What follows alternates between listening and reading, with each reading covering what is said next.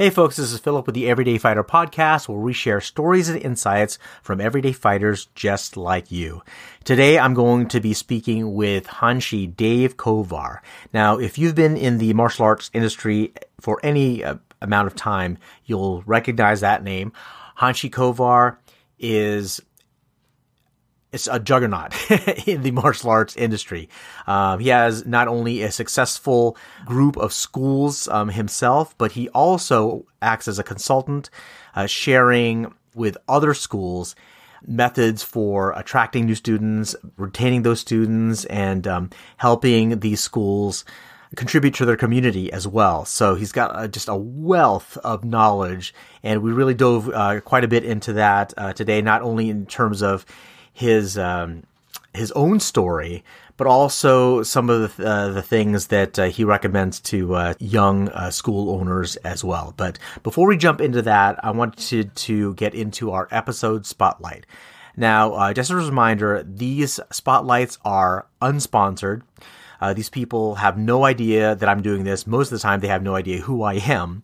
But there once in a while, I run into organizations or individuals that are doing great work in the world, and I just want to shed a little bit more light on them. And today, I wanted to talk about the Good Dad Project. Now, this is a podcast and a community that is created by Larry Hagner. Larry has put together a community for dads. So if you're a dad that's looking to level up in your own life, level up in your relationships with your spouse and children, this is the place that you want to check out. They have an online Facebook community. I'm actually part of the Dad Edge Alliance, which is their mastermind community. And I cannot recommend these guys enough. So you can find them at gooddadproject.com. That is it for our episode spotlight. Let's jump into my conversation with Hanshi Dave Kovar.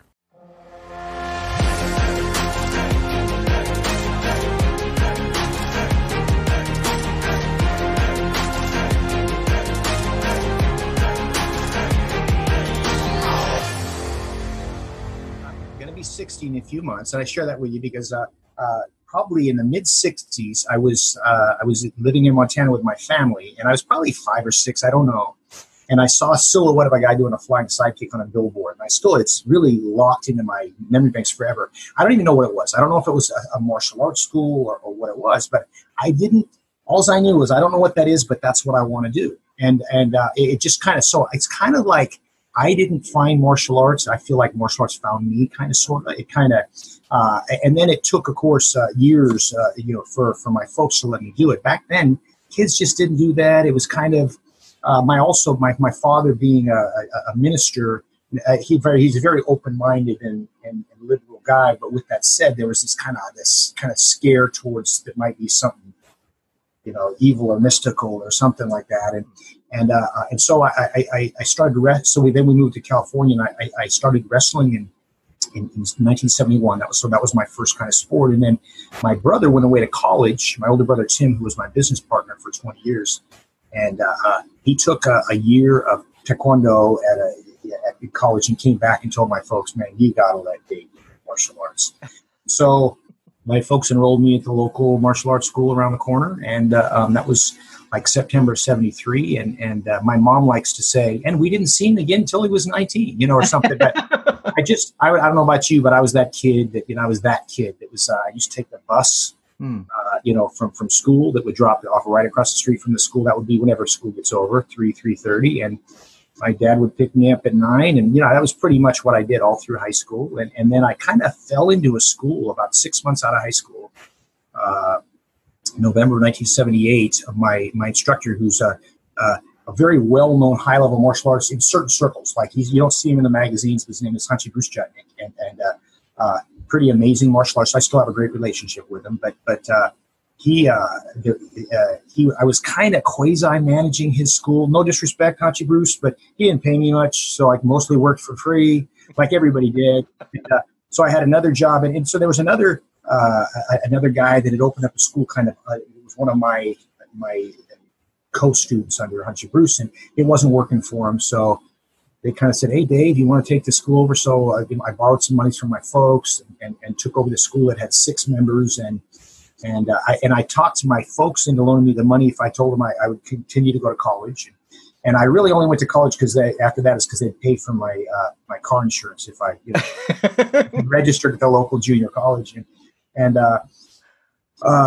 we just kind of that was where it started. And of course, trial and error. It's still trial and error. I'm still trying to figure it out, but I'm a lot better at it now. And we struggled through the late. As long as I had enough money to go to a tournament, that kind of thing, and then. The school struggled up until and I had day jobs. I painted houses for a while and whatnot. But what happened is this is probably before your time, but maybe this is the reason why you started. There was this movie that came out. I'm trying to get that name out. I'm just joking. It was Karate Kid, and I'll never forget it. This is a true story. Is that I was painting houses, and this is like the Karate Kid came out in 84, and I reopened a commercial school. I was teaching my old school out of my garage and out of a health club until then in 86. And I would paint houses. I'd get done. And by the way, my boss was also one of my students, so he was very supportive.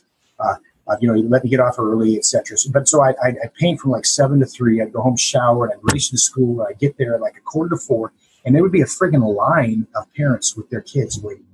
It was just like the perfect storm. It was crazy times. Nice. And so it wasn't too long before I was doing that full time. And then my brother came on in October of 87, which was actually the same year I got married. So I remember him telling me, "You're going to get married twice this month, once to your wife and once to me as your business partner," right? We just, it was, like I said, it was the perfect storm. There was very few, ironically enough, I when I was looking to reopen the school in 86, when I was painting, I saw this space, and I go, "Man, that's the space I wanted." It was 1,000 square foot little dojo, or potential dojo in the area that I wanted. And so I happened to have in my glove box, a business plan for how to run a martial arts school that I'd written for a class I was taking, right? How to open a martial arts school. And so I pull into it, I read the sign, I call, I make the appointment, I show up to this guy, and this guy's, beautiful, big office. And here I come in, I got paint all over me, and I'm a kid still, right? And he's looking at me like, you want me to leave space for you to do what? Martial arts, but I happen to have this, and I go, "Hey, wait a minute, I have something." I was able to go out and bring out of my glove box this business plan. It was enough for him to go, "Okay, I'll give you a year lease," right? And so, but I'd share that with you because in the business plan, I did a comprehensive study of the competition. And in Sacramento County, in the region, I should say, right now there's 2.3 million people. Probably then there was 2 million. So there's a lot of people. There was 18 martial arts schools back then. Now there's like 250, right? Just to put it in perspective. So, but there was this real wave of people that wanted their kids. Karate Kid was, on every kid's mind and every parent's mind. And so, and fortunately, because my brother was my partner, and I've always enjoyed working with kids, and it came pretty natural to me. But what Tim is my business partner. This was before people had program directors. You just didn't really. I was able to focus all my attention on the floor, and he was doing basically everything else. And so we, by the early 90s, we have actually the facility that I'm talking from now, which is our headquarters school. We had over 900 members in the year 1992 in one location. Yeah, it was crazy times, and I was teaching almost all the classes. Oh, and, seriously? Yeah, because I had some guys with me, but I was absolutely convinced that if I didn't teach all the classes, no one was going to want to, that was the reason why people were training. And they're coming there for you? Is that yeah, that's what I thought. And my brother would say, "Hey, Dave, man, you can't, you got to get some people trained." So I had it to where we have several rooms. I would start one room, and I would teach that class for 20 minutes, and I would turn it over to my assistants, and I'd run in the other room, and I'd do that, and I was doing that like 6 days a week, right? And it was that's where like the instructor tree came from. It was me kind of talking to myself, I'll teach this class, and so slowly over time that happened. But every time that we as hard as it was on my fragile male ego, every time I trained somebody to teach, all of a sudden classes, got better, right? But I remember one time that the interesting kind of dream that I had that I'll never forget is that this was right when I could not have been busy. I think I was on Wednesdays. I taught 10 classes, including like a couple morning classes, at a private lesson, and then 6 or 7 evening classes. However many you could stack between 3 and 9:30, or we did actually go to 10 with some of the students. So wow. And I remember having this dream, and in the dream, it was there was a bunch of people that were over for dinner, and I had this one bottle of wine that was supposed to be this amazing bottle of wine. By the way, I don't even drink wine, and so the only way I could get everybody to have a sample of it is I had to water it down with water, enough for everybody, and then it didn't taste very good. Yeah. And it hit me. You get the metaphor. It hit absolutely. Me like that. That's what I'm doing. It was like, and so that was when we really started kind of focusing on really working and really developing teaching methodologies and systems. And because, once again, I had my older brother, I wasn't doing like what all my contemporaries at the time were, where they had to run the business. And I was just able to just focus on that. So it kind of gave us a little bit of an edge, so to speak. And so, yeah. And I think, and then we just kind of expanded from there. And life is good. It's been a little over 40 years now that I've had a school, and we're still going strong. Yeah. Wow. How important was that to you? I mean, because you didn't have to have, like you're saying, kind of like your competitors, they were doing it all. Right. Like you had somebody that you could lean on for that. I mean, did you realize what you had at the time? I did. It's one of the things that, as a matter of fact, the way it went down is I kind of saw the potential before, like when in '86, I saw all of these people, coming in my school and try to process it. And I'm the guy to this day, my wife, balances the checkbook. She pays the bills. At work, I don't do any of that stuff. Now, by the way, I understand stats. I can tell you, ask anybody I work with. I know all the numbers in our school. I keep track of it. I understand the value, but I'm not the guy that likes to do that. And so when my brother came to work, he actually he'd tell the story, he opened up the bottom drawer, and I had a year of bank statements that were unopened. The reason why I'd go to my ATM. Okay, there's money in the account. I'm good. That's how I did it. But I knew that I knew that I needed more. But I also knew I wasn't going to do it. In other words, if I had to do that stuff, I would freaking go back to paint houses. It's not, some things you are in you. And the key thing is that you work with your strengths, and then things that you're weak at.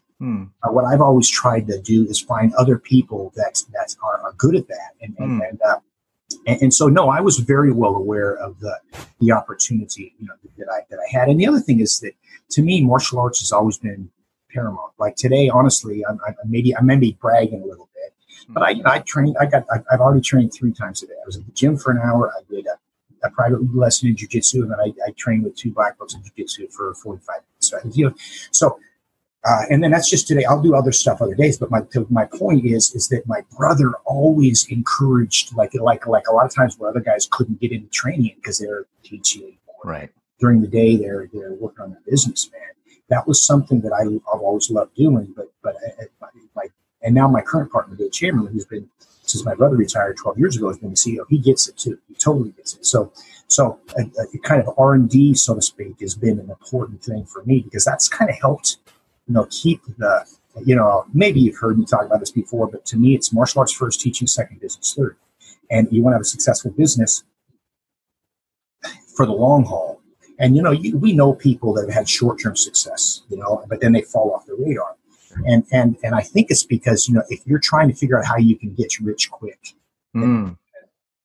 it's going to tweak the way you do things. And you might have a good year, you might have a couple good years, but you know what I'm talking about. You put the dollar first before student service and all that. And then, so realizing, man, our floor's got to be solid. But then I know from experience that I'm a way better teacher, which is half the key of having a successful school. Sure. Forget, man. You got to have a guy that steps on the floor that wants to be there and knows what the heck he's doing. And that's the X factor that is so important. And I know that most people are also like me, in that when they're feeling good about their own training, then they're better teachers naturally. You know what I'm saying? And so I think it's just kind of a certain order. Now, with that, you got to be respectful of your age, right? So like when I say martial arts first, teaching second, business third, you might have an injury. You may. I'm not doing the same stuff I did when I was 30, but I'm trying to live the life. I'm not saying I always do it, but I'm aspiring to. And to me, what's interesting, the difference between how I feel about martial arts now as to when I would have did when I was 25 or 30, is that I look at health and fitness as part of my training. In other words, the line is very blurred for me. Like if I'm eating, a real clean meal, is that martial arts? Well, I kind of think it is. Meaning for twofold. Number one, if I want to be able to do this when I'm old, I got to take care of my body. How many people do you know that used to be able to kick really well that can't lift their freaking leg up anymore because they have their hips replaced because they push too hard? You get what I'm saying? And so I kind of look at that as that number one, so I health first, then fitness, then martial arts follows that. Because that'll allow me to do this for a long haul. And the other thing is if you're really thinking about really teaching, I'm going to call it true self-defense. Okay. Neither of us are probably going to die in a back alley. It's probably, you know what I'm saying? As much fun as it is to do that kind of stuff, it's going to be heart disease. It's going to be, you know what I'm talking about? It's going to be, cancer of some kind. A lot of stuff that can be avoided, not always, but minimized by take care of yourself. I remember one time there's this local guy. He's a good guy, but he's this hardcore blade guy. And by the way, I'm a blade guy. I mean, I enjoy that as well. I've been doing Filipino weaponry for a long time. I get it. But this guy's like, how many blades do you have on you right now, Dave? You always got to have 3 on you anytime because you never know, And I get it, but because you never know. At the same time, he's eating a double cheeseburger. Right. I look at him, I go, dude, that's not going to kill you. That's going to kill you, Right.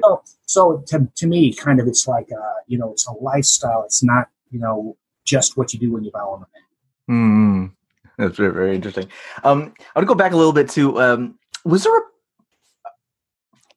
kind of that struggle, I think, that a lot of people have, and not just in martial arts, right, or running a school or anything, but like I think in terms of like even business, people get into business because they, it's like, oh, I'm just going to hang my shingle because I enjoy it, I'm good at it or whatever. But then they realize, oh shoot, it's not just about the thing that I enjoy doing. There's a money side to it as well. There's a business side to it as well. And you said, like, for you had the benefit of having somebody that you could lean on for that. Was there something that they gave you that realization that there were some things that I'd rather just lay off? Was it like a pain point, or was it just made sense for you just to let go of it? Yeah, I think it's been said by every philosopher since the dawn of time, and I'm probably going to get it mixed up, but to really win, you have to know yourself. I forget how Shakespeare says it, and that's that. I don't know. You know yourself better than anybody. You know what your strengths are, and you know what your weaknesses are, and you can rah yourself into saying, "I'm going to do this." I need, But at the end of the day, are you really going to do that? You know what I'm saying? It's like I've always wanted to learn Spanish, right? And I took it in college. I did at high school. Actually, I took 4 years of Spanish 1. It's a joke, and also I flirted with my teacher for 4 years, and she passed me, right? But since then, my wife is Hispanic, and I live in California. It makes total sense that I should, learn Spanish. But I always wanted to, but I not bad enough to do it. Does that make sense? And so what I'm saying is you kind of, I should probably do that, but are you really gonna? And not that I couldn't force myself to do it by any stretch, right? Sure. But if you can find somebody, that you're compatible with, that is really good and enjoys doing something that you're not really good at, nor do you enjoy doing it, then there's not, in a football team, there's not 11 quarterbacks. You know what I'm saying? I mean, everybody's got a different position. Right. So that's kind of how we built our business model is trying to find, a person that's got a unique set of strengths that work in concert with other people on our team. But that wasn't something that you found that you had to struggle through. Like it sounds like you learned that fairly early on, right? Or yeah, I think so. I'll tell you what happened is so in the early 80s. So I opened up a school in 78. In 82, I had moved to locations. I actually had I didn't keep track of stats. Nobody kept stats then. No one knew. I couldn't tell you how many students I had. I would guess I probably had about 100 or something. So it was a pretty solid sized school back in the early 80s, right? But I gave everybody had a deal. No one paid full price, right? I think by the way, full price was $40 a month. Okay. But here's a story that puts it, because this is when I was doing all the program directing. This is a true story. So, my rent is like the 4th of the month. My rent, of course, is due on the 1st, late on the 5th, right? I'm shy like $100, and I'm thinking, and when you're desperate, you do things and you make it happen. Well, this guy came in, and I did my presentation, and at the time my rates were $40 a month, and you paid first and last month. Okay, that was the deal. So in theory, I'm supposed to get $80 out of it, right? So I do I had this 3-lesson private lesson system that I learned. It's the 3rd lesson. I sit down, I go through this, and I'm looking at him, and he's in his mid-20s, and I'm thinking he can't afford $40 a month. So without even, I just said, well, the normal rate is $40 a month, but I'm only going to charge first and last, but I'm only going to charge you $30. And then he looks at me. I'll never forget this. He looks at me, gives me this look like, and I'm thinking, oh, maybe I should only charge him 20. But no, it wasn't that. He goes, oh, really? He pulls out a $100 bill, and he goes, I heard it was going to cost me $80 to get started. I had to run down to Der Wiener Schnitzel to get change for that $100 bill and give him back the money that would have paid my rent. Right. Because I was afraid to ask. And so I knew early on, so what happened is that I'm struggling. I'd never done anything else. So I didn't know. I had school for 4 years, and I didn't really know if I wanted to do this for the rest of my life. I'm engaged to a girl that wants me to get a real job. My folks want me to get a real job. My brother, who was going to be my future partner later on, was saying, Dave, go back to school, get a real job. And this guy comes in off the street. I swear to God, you can't make this stuff up. His name was Ted Dodson, and he's since deceased. A really good guy, though. And he came in, and he had a rich uncle. He was, and he says, we just moved from St. Louis, taught almost the same system of American Temple, very similar that I was teaching at the time. And said, I have a rich uncle who wants to help me get a school. Do you want to sell yours? And it was like, my heart's, I'm thinking, by the way, I had a bunch of debt because I'd moved and borrowed more money. Okay. So I owed my folks money, my in-laws, my grandparents money. And so we make this transaction, and, it was a lot of money at the time. And instead of paying off all my debt, I do something really smart. By the way, at the time, my dad has always been a guy that was always buy silver. Silver was about $40 an ounce at the time. And he said, Dave, buy some silver with that money, And then what I did is I bought some silver, but the rest of the money, I bought a little Porsche 914. It was a piece of crap that I paid way too much money, and I had to dump a bunch of money into it. And then silver went from $40 an ounce to $5 an ounce. All of a sudden now I don't have my school anymore. I still have all the debt, and I have nothing to show. And so that went on it took me 3.5 years before I had an actual, I was still teaching at that same school. I was still, I taught consistently the whole time, but it took me 3.5 years before I could open up. But I share this with you because at the time it was, by the way, the gal I was engaged with, that split too. So that it was like a hard time, man. It was probably the lowest point in my life. But what happened is during that, that's how, you can get, textbook knowledge that you read in a business book, and then you have experience, you know what I'm saying? And good judgment comes from bad judgment remembered, right? And so that when I went back into it, I was way more aware of, way more appreciative when I opened back up the school about the fact that this is really what I wanted to do, having a taste of the real world. And I was way more guarded about making sure I do it right. So before I'd done it all myself, and I knew, hey, I had all these students that I couldn't even pay the rent because I didn't, and I was still going to be that guy. I'm still that guy. They keep me away from any financial negotiations because I'll just give away and so, but I know that. Okay, so I've got somebody else to take care of that partner so I can focus on what I'm doing. So you got a bit of pain. You got a couple of knocks and everything. That's like, okay, I need to do things differently. It wasn't just like an intuitive thing for you. No doubt. I mean, God, even with all that, like, how did you? Like, you're hearing this, right? I mean, like, the people that love you, they want the best for you, and saying, okay, go down another path, right? and then having to eat maybe a little bit, maybe a lot of humble pie of like, but you still stuck with it in some way. There's still something. You didn't completely abandon it. No, never. So you had to do what they said eventually because you were forced to it. How did you just kind of still keep it in mind? So, it's, you kind of, I think it was a combination of, I don't know what other skills, you have. I don't know if you could go into other fields or whatnot, but I kind of know my limitations, and I've got a lot of them. And I didn't really, I may have, like, for example, when I was, before I'd sold the school, I actually, and this was back like in the, late 70s. I had a school for a couple of years, and I wasn't doing that. I was just struggling. But, half of my friends were in law enforcement or corrections. And so I actually, okay, everybody's saying do that. Okay, I guess that's what you do. It seemed like the martial arts thing to do at the time. And so I actually went through all the tests to get hired on and I actually got hired by Sacramento County Sheriff's Department in their training department, which means it's a paid to go through the academy. It was a very cool thing to do. And then I had to realize, you know what?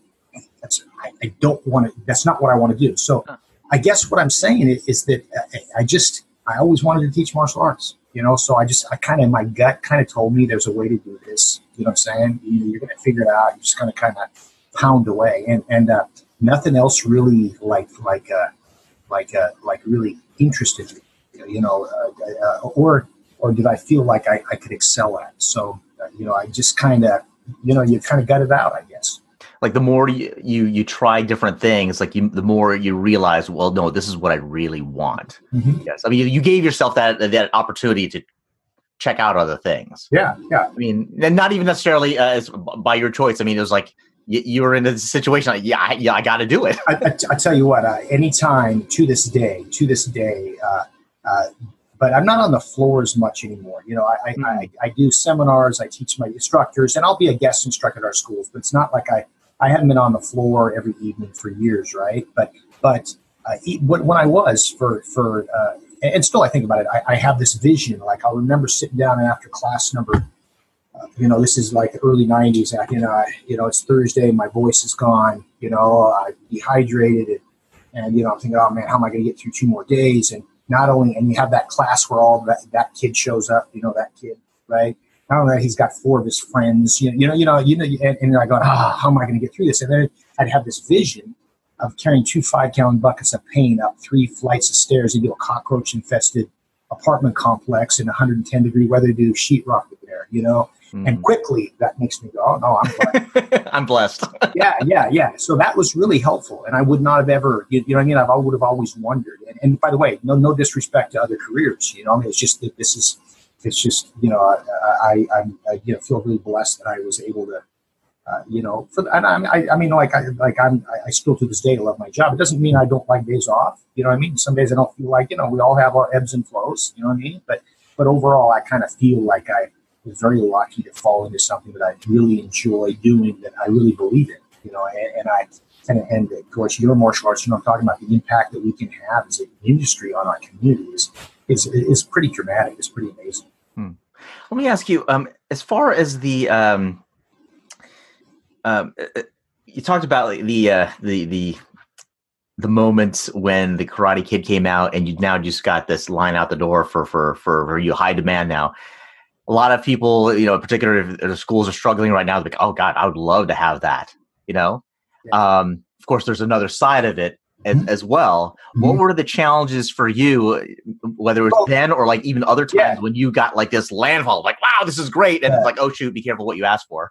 Yeah. Well, I think I got to say, I say that like that's the good old days. I remember one night about this time, we had 22 first lessons in 20. But in a year, I still have my stats. If I could take you 5 minutes to find it, but I still have my stats for 1993.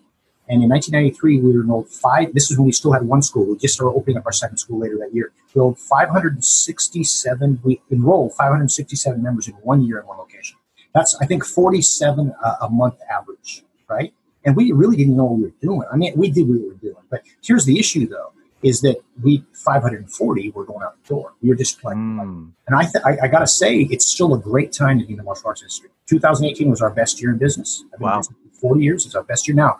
But it's not because the phone is ringing off the hook or the internet leads are coming in. They're coming in, but we're a lot better with them. We know how to target, and we know how to keep our people a lot better. So it's become really a retention business. So when I share those back in the day stories, yeah, man, last month we enrolled in the 8 schools that my company owns here in Sacramento. We have some licensed schools that are in the area and also on the East Coast. But we enrolled approximately 15 members per location in the month of January, right? Okay, so solid, 120 members. And we're, that was a good solid. We have what we track is we call net new. So if it doesn't matter how many you enroll, if you enroll 120 but you lose 160, you're going backwards, right? So we just try to be and we had a really nice net new because we had a lot less people. So we really focus on if you really focus on retention, that's really. I remember hearing Bill Clark one time saying, 10 is the new 20 when it comes to new members. And there's a lot of truth. I remember hearing him say, I don't know any problem in the martial arts business that 20 new members a month doesn't solve. You know what I mean? Which there's a lot of truth to that. But sure. But here, my point is that, okay, our goal is to make it work with, sometimes some schools might get a lot more members than that, but to make it work with 15 members in a month. Right. And if you do that and you're really sophisticated in how you're using the internet and you're sticking with tried and true procedures, and then you are servicing the tar out of your students, there's so much that goes into keeping a member. You know what I'm saying? They have so many reasons to quit from the time they start till they get their black belt. There are so many opportunities, and kind of once you know what those are, then you can say, okay, at blue belt, we call it the blue belt blues, right? We know that that's a lull. It's kind of halfway between the two. So then we will inject some stuff to address that ahead of time. So we try to stay ahead of the curve, and that doesn't keep people from quitting, but it dramatically, we know that if we do our job right, if we have passionate instructors that know what they're doing, communicate equally with everybody, and we do all the back office communication stuff correctly, then we have a good chance of keeping. Our goal is to have a 3% quit rate for what basically I know what you do, but for someone listening, that means that out of every 100 students, every month we want 97 of them to stick around. We only want 3 to quit. So if you have a school of 300 members, okay, and you have a 3% quit rate, that means every month you're losing 9 members. That means if you're gaining 10, you're breaking even. You see what I'm saying? So and that's a stat that most people don't keep track of, and they just focus on how many new members, and it's a big mistake. It's like what happens, and you get this churn going. Like, you'll hear people talk about, I have a small school. You should be able to do it with 100 members. By the way, not only having a small school, it's totally cool. But, a guy will tell you, so be able to do it, 100 members, 120, you make a great living. And then you ask them how many new members they're getting, and they're getting 18 new members a month because they're busting their butt to get new members. I go, really? And you only have 100 members. How many did you have a year ago? Oh, 100. So what you're saying is, see where I'm getting at? Yeah, absolutely. Which tells me the backstory is your service sucks and your reputation is bad. So now you have to do hardcore sales to keep up on it. And it becomes this really, this vicious cycle that's hard to break. Right. And so our kind of model is get them and keep them, charge a high monthly rate. We don't care if we get paid in fulls. We don't push for them at all. We don't care about long-term programs. We just try to get them and keep them. And that's such a nice, sustainable model. It takes a while to build it up, but in the long haul, it's something you can do for decades. Takes a bit of faith as well, right? Particularly if it's such that it's not going to pay off, possibly won't pay off for a little bit. Yeah. And at the same time, that's in the future. Today, to your point, my rent is due tomorrow. Kind of a thing. Hey, I've been there. I've been there. And I have been to a point to where I had to figure out, okay, which student can pay in full for the next 3 years so I can make my rent, in a week. I've been there. A lot of people. But, okay, every now and then you got to do what you got to do. But how many times have I coached a school owner that'll say, yeah, Mr. Kovar, man, I need some help. And I go, how many, tell me, I'll ask him some numbers, and I'll say, how many students you have? I have 200. Like, okay, that's pretty good. And what's your monthly tuition? Okay, well, and then I ask, how many are paid in full? 180. Okay, you see what I'm talking about? Now that's a bad place to be. Right. And so then all of a sudden it forces you to have a certain way to do mentality. So you're really not thinking about retaining your members because they already paid. Not that you do that consciously, but at an unconscious basis, you're thinking, okay, I need more, and there's your focus. So the people you have kind of And so kind of like when you're earning your money every month from these people, it changes your focus a little bit. Yeah. Now, I'm going to go switch gears a little bit because you're married. You got children as well. And what was this like? Because you found out early on that you were pretty much all in on this martial arts thing. Right. How did that play in terms of having that family life? Was it always kind of like, dad or, my husband, that this is his thing and we're just going to go along with it and that's just the way it goes? Or was it smooth sailing with that? Or, because you're spending a lot of time on the floor and doing all that kind of stuff as well? First off, my wife is extremely understanding. She gets it, but that doesn't mean it's been easy. When the kids were little, I know a lot of people, and of course we have a bunch of the guys that are running schools for us. They're right there. They're in their mid to late 30s. They've got kids in grade school. You know what I mean? Yeah, I get it, man. And so we're very flexible with our guys. In other words, if you arrange to get off Wednesdays early, man, do what you got to do to take care of your family. But then what I did in my school, what we did is that I was always the guy. I arranged my schedule to where, first off, I took my kids to school every day and I picked them up. And I had that time in the early afternoon with them. And then, but most evenings I wasn't home. You can't be home every evening if you're teaching classes. It's the reality of it. And then I would have, depending on the time of year, but I would have a day, a week during the week, like Monday through, usually it was a Tuesday, Wednesday, or Thursday where I'd get off early and have dinner and stay the rest of the evening for the most part. And, but really, how many professionals, we're not the only people that have jobs that take and work for their family. So there's this assumption that it's only us. Well, pretty much, how many, I have a friend who's a very successful attorney. And, he spends a lot of time late at night in the office because that's what you got to do. So there's, you got someone that's in law enforcement. Guess what? They're working at swing shifts. So we're not the only people. Not everybody else has 9 to 5 jobs, right? And so I think the thing is that you just try to find a way to make it work. And then the other thing that happened to me is I've never been like a crazy sports fan. Like, I'm the guy that would, watch games here and there. And it's funny because nobody on my team really does either. Like, the martial arts is our thing. That's what we do. But I share this with you because when my son, Alex, who's now 24, when he was, I used to watch NFL, during, from basically August through December, I was watching football every Sunday. And when my son kind of was like 3-4 years old and, he's getting to be that age and I'm working a lot of times 6 days a week, it would be, hey, Alex, come down. Let's watch the game together. And he had no friggin' interest.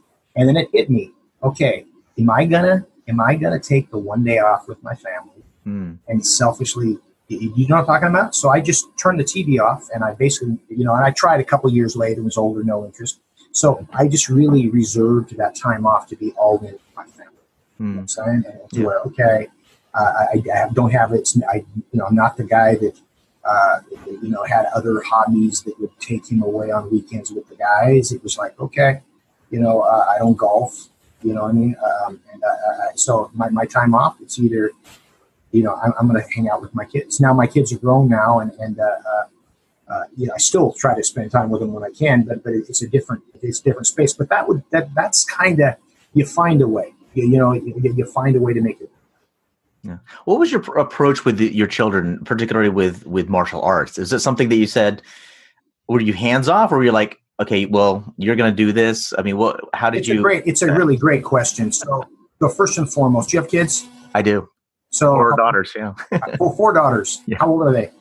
They range from 10 to 6 months. Wow, you're a busy dude, man. I'm very busy. So my kids. So you want your daughters? Do they train? Yes, the 2 older ones do. Yeah. Yeah. Well, okay. So the kids coming out of the womb, they're going to train. I mean, they're going to train. That's all. That was your attitude. So, yeah. So one of the things that I wanted my son to, when he's 4 years, 3.5, I'm going out of school and I'm putting even probably younger than that. When he's 2, I mean, what I'm doing is I'm putting a little rubber knife in his hand. I'm saying, okay, try to tag daddy. So I can work on my, knife defenses, right? He thinks we're playing and I'm actually getting some training. Right. Surprised how many times a 3-year-old can stab you because he doesn't know you're a black one. and not supposed to be able to stab somebody.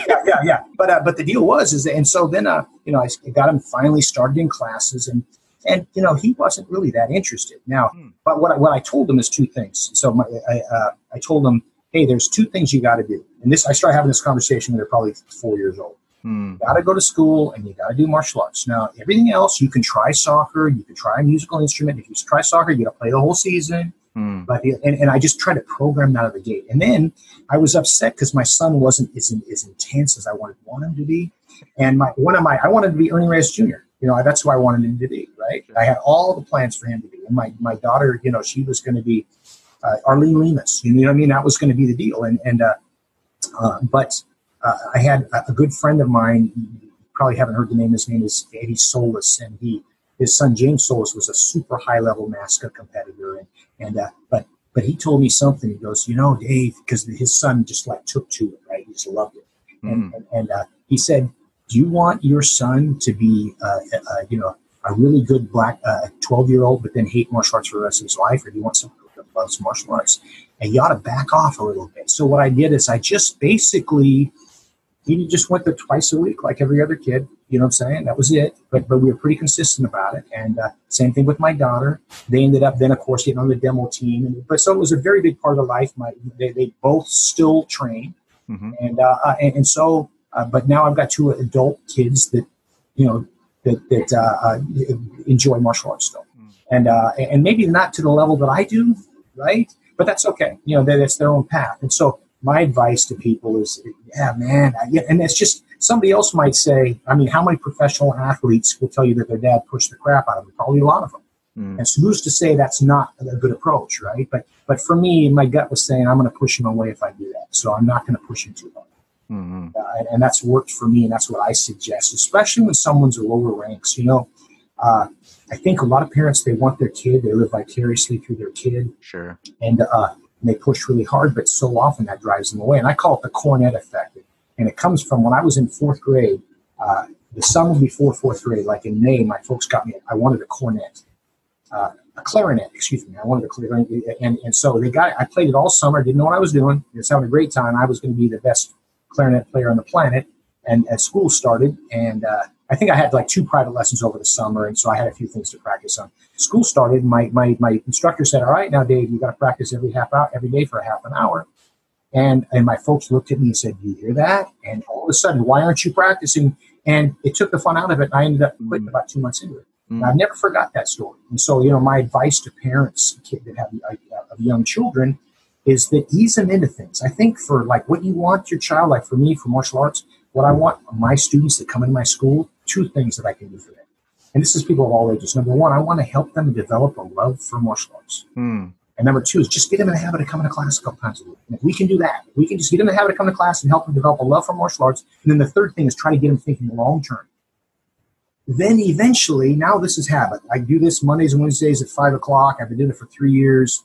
Okay, there's an opportunity to do more. Eventually, you can start adding on, stacking. You know what I'm saying? And pushing a little harder. But if you do that too, because martial arts is now kind of hardwired into their, into their system, right? But if you do that too soon, you're going to scare people away. And I used to do that with my students.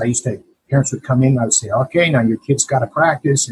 And so now, man, I don't even care if my white belts practice at home. Don't even worry about it, Mom and Dad. Don't even worry. Just get them to have it coming to class. Just have a good time.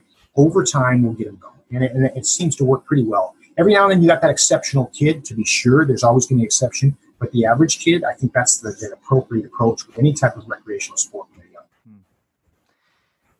You've got some, you're fairly prominent in the industry. You've been around for a long time, but also in terms of being able to help so many people grow their own schools and help them. How do you see yourself and what your role is in the industry, or do you see that at all for you? So it's an interesting question. I probably spend, we have 2 businesses, right? We have a chain of schools. I say we because I've got a team of people, right? It's not just me by any stretch. And then we also have Kovar Systems where we coach other martial arts schools. And that's where I tend to spend most of my time. And it just kind of evolved into it. attempted a national expansion in the early 2000s. We got infused with a bunch of venture capital money. A guy approached us. We successfully identified something that didn't work. And in the process, we uncovered a lot of extra debt that we're still taking care of. So how are we going to pay all this debt? Well, so we went beyond our schools, and that's kind of our plan was to, and so we have a very successful consulting business. That's originally we got into it because we were trying to figure out how to, that was going to be our way we were going to grow. But now it's worked into something that we are helping a lot of schools, and I really enjoy, that. That's kind of the next, not that, hey man, I could go out and teach a beginner's class right now. I'd have a great time, but I don't know that I want to do it 10 times a week. You know what I'm saying? Followed by an intermediate class. I mean, I've done that, but that's kind of right now. I kind of feel like where I can have the most impact is, like helping other school owners. So, that's kind of where I focus as far as where I'm at. I think I see all these young guys. What I mean, young guys is some guy that's in his 30s, maybe 40s, okay, or something like that. That's like they've got enough experience to where they know what they're doing, but they've still got enough youth to have all that energy. But they came up with because we now, this is a legitimate industry, and it wasn't a legitimate industry for so long, where they've got, no bad habits, and I see them just killing them. I think, wow, yeah, I got to stay relevant, because otherwise you're kind of talking about what we did back in the Sure. So what I try to do in kind of my position in the industry is just try to make sure I stay up on what the heck is going on, pay attention to what's going on, and be aware of trends, but also know that, there's some truths that are universal, that are going to always be there. And, there's going to be different ways that they advertise, you know what I'm saying? Like there's different ways you can get new members, and there's going to be different, but I think, as long as my kind of what I want to tell people is that you don't friggin' have to be slick to make a good living teaching. You know what I mean by that? Like meaning, and by the way, you got to run a good business. You can't just teach good classes, but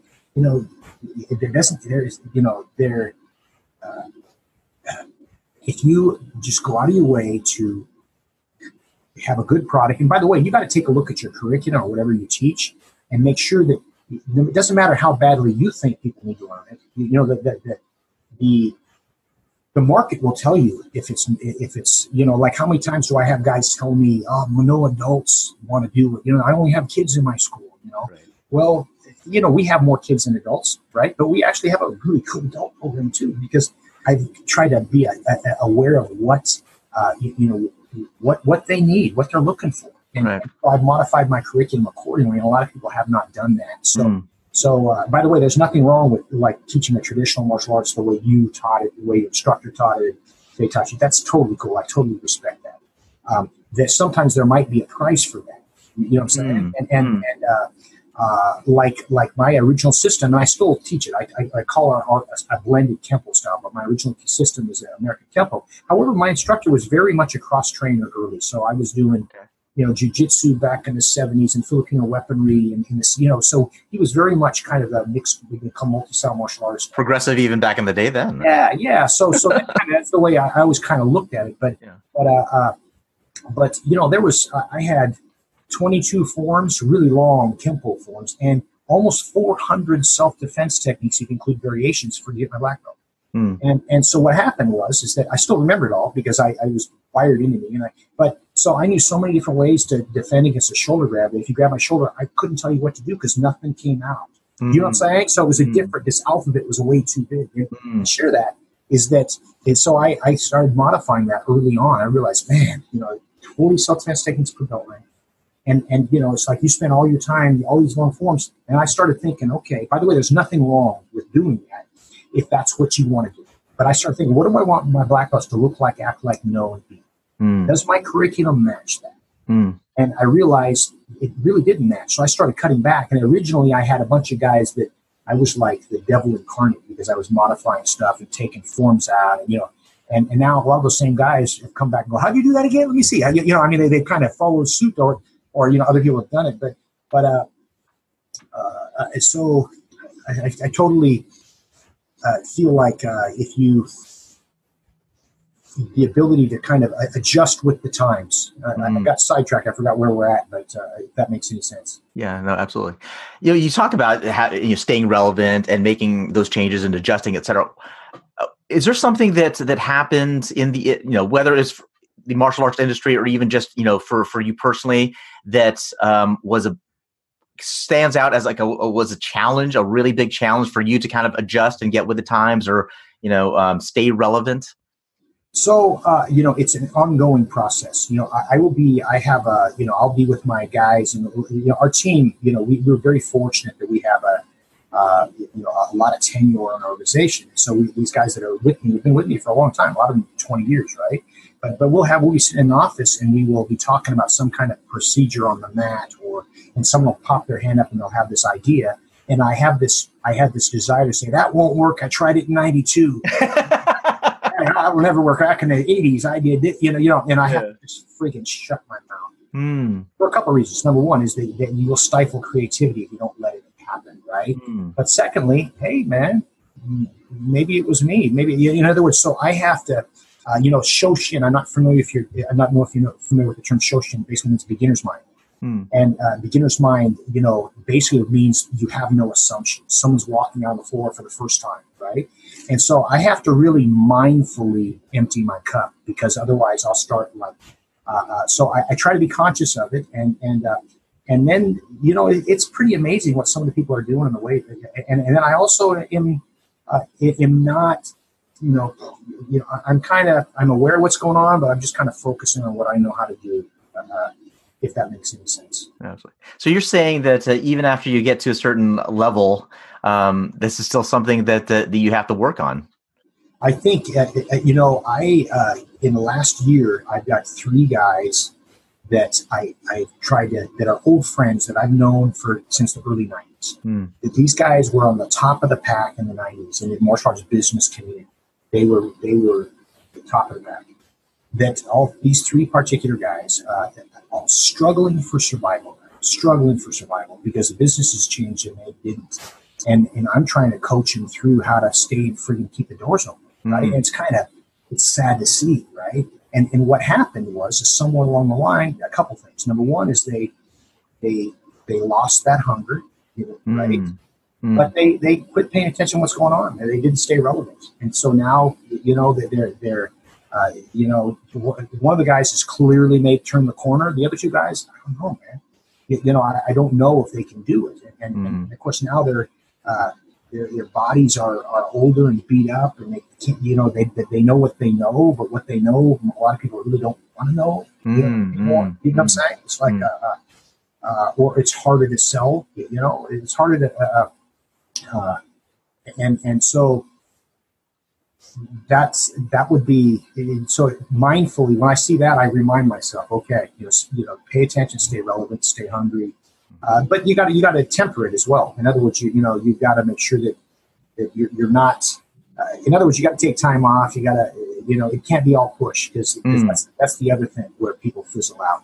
Because I've seen it where guys are just doing killer work and all of a sudden they fall off the radar. And what happened was the rest of their life was completely out of balance. And it's like once that happens, then that usually good things don't follow.